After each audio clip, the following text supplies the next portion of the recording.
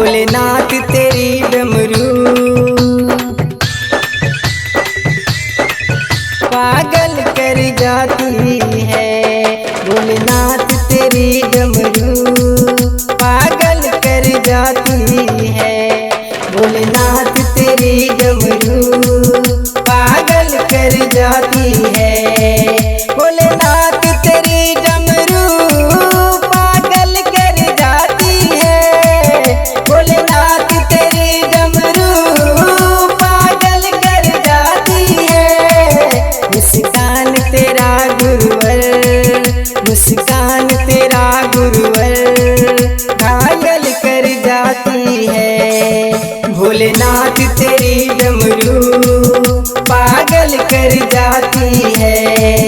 भोलेनाथ तेरी डमरू पागल कर जाती है।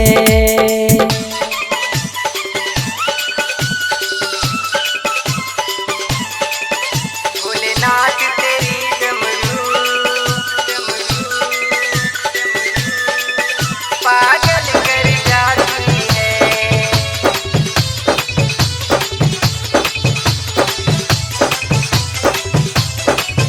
भोलेनाथ तेरी डमरू पागल कर जाती है।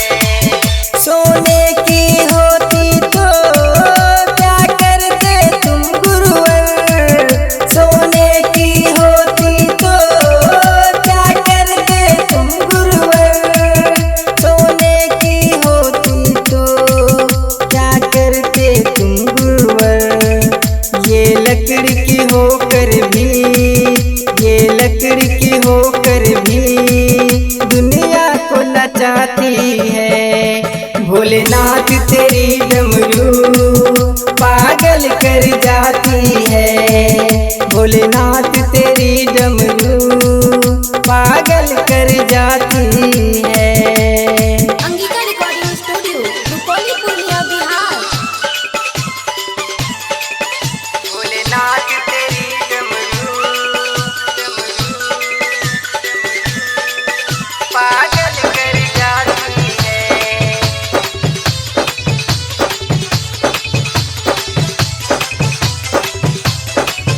भोलेनाथ तेरी डमरू पागल कर जाती है। तुम गोरे होते तो क्या कर जाते गुरुवर। तुम गोरे होते तो क्या कर जाते गुरुवर।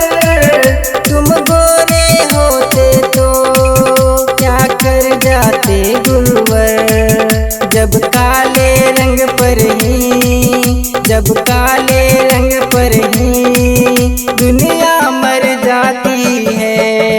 भोलेनाथ तेरी डमरू पागल कर जाती है।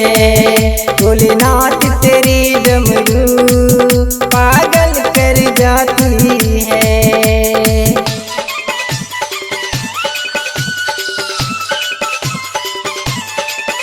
भोलेनाथ तेरी डमरू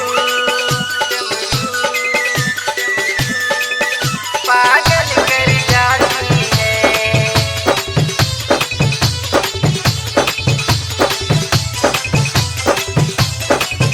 भोलेनाथ तेरी डमरू पागल कर जाती है। दुख दर्दों को सहना गुरुवर ने सिखाया है। दुख दर्दों को सहना गुरुवर ने सिखाया है। दुख दर्दों को सहना गुरुवर ने सिखाया है। जिसके छेद है सीने में, जिसके छेद है सीने में फिर भी मुस्काती है। भोलेनाथ तेरी डमरू पागल कर जाती है। भोलेनाथ तेरी डमरू पागल कर जाती है। भोलेनाथ तेरी डमरू पागल कर जाती है। भोलेनाथ तेरी डमरू पागल कर जाती है। मुस्कान तेरा गुरुवर, मुस्कान तेरा गुरुवर